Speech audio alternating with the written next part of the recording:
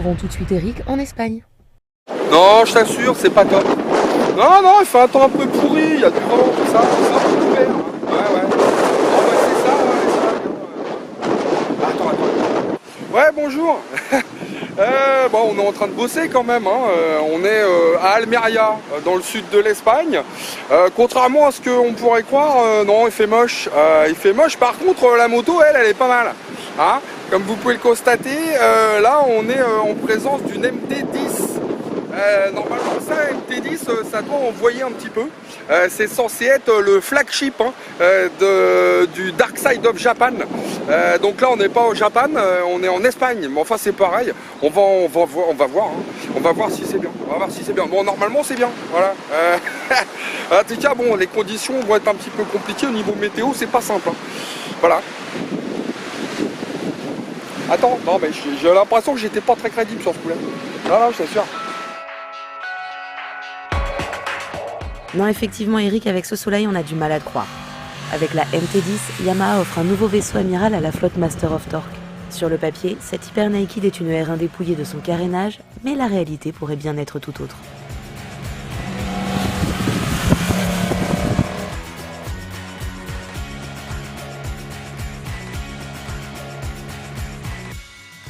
Quand Yamaha nous a invités à rencontrer le nouveau général de son armée de MT, on s'est empressé de répondre présent. Hein, et première grosse surprise, elle est sacrément confortable cette MT10 pour un Street Fighter.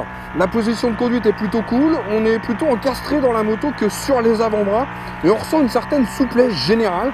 On a manifestement cherché à la rendre plus confortable que la Super Sport dont elle dérive. Hein.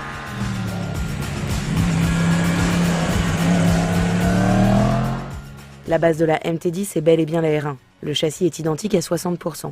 On trouve le même cadre Delta Box, légèrement revu pour plus d'élasticité.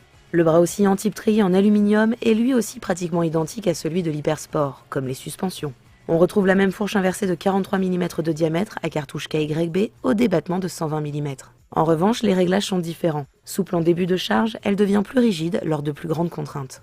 À l'arrière, on trouve aussi du KYB entièrement réglable. En revanche, le tableau de bord, même s'il est très complet, n'est pas aussi évolué que celui de la R1. Il est plus proche de celui d'une MT-09.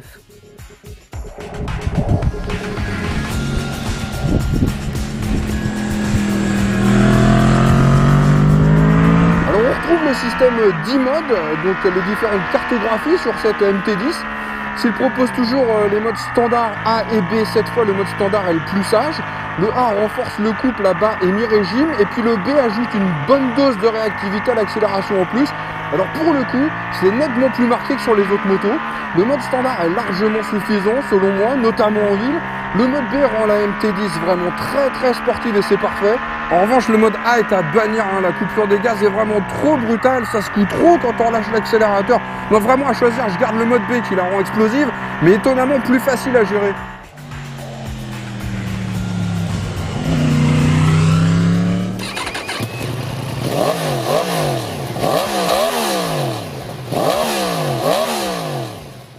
Pour juguler les ardeurs du 4 cylindres en ligne cross-plane de 998 cm3, issu de la R1, mais revu pour obtenir plus de couple à bas et mi-régime, Yamaha n'a pas lésiné sur les moyens. La MT10 est pourvue d'un double disque de 320 mm pincé par des étriers radio à 4 pistons à l'avant et d'un disque de 220 mm étrié 2 pistons à l'arrière. Le tout signé Nissin.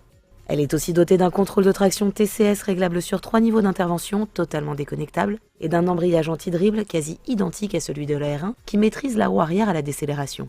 Plus surprenant, la MT10 dispose d'un régulateur de vitesse réglable via le commodo gauche.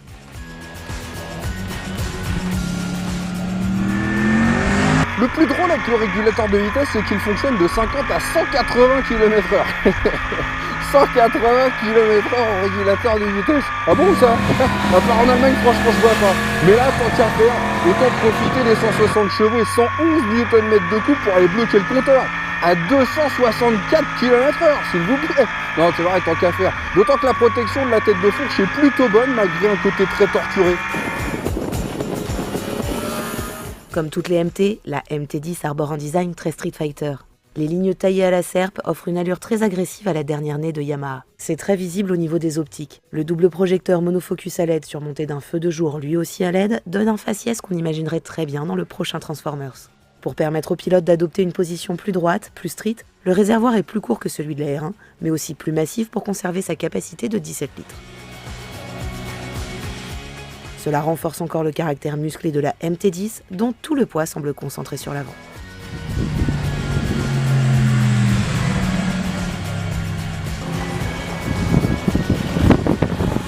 Cette MT10 a un train avant incroyable et en plus elle est bien chaussée en Batlax S20, du coup elle est soudée au sol, il y a bien que le courage du pilote ou son inconscience qu'on viendra à bout. En revanche le freinage, dosable certes mais très puissant, est à manier avec parcimonie.